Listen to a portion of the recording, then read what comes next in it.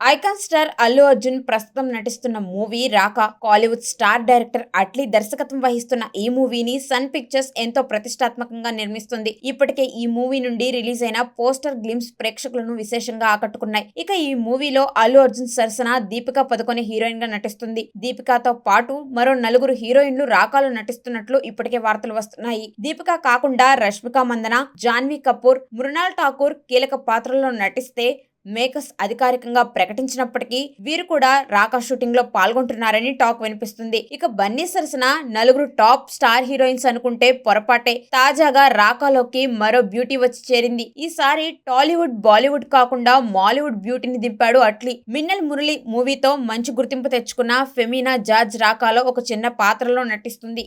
ఈ విషయాన్ని ఆమె స్వయంగా తెలిపింది. రాకా లాంటి మూవీలు నేను కూడా భాగమవుతానని అనుకోలేదని, నా కెరియర్ లో ఈ మూవీ చాలా పెద్దది, నా పాత్ర చిన్నదే అయినా కూడా ఇందులో నేను భాగమైనందుకు ఎంతో ఆనందంగా ఉంది అని చెప్పుకొచ్చింది. దీంతో ఫెమీనా రాకాలో నటిస్తుందని కన్ఫర్మ్ చేసింది. ఇక అమ్మడితో కలుపుకొని బన్నీ మూవీలో 5 హీరోయిన్లు. ఈ విషయం తెలియడంతో నెటిజన్స్ అంతమంది హీరోయిన్లు ఎందుకురా బుజ్జి అంటూ కామెంట్స్ చేస్తున్నారు. మరి ఈ మూవీతో బన్నీ అట్లీ ఎలాంటి రికార్డులు సృష్టిస్తారో చూడాలి.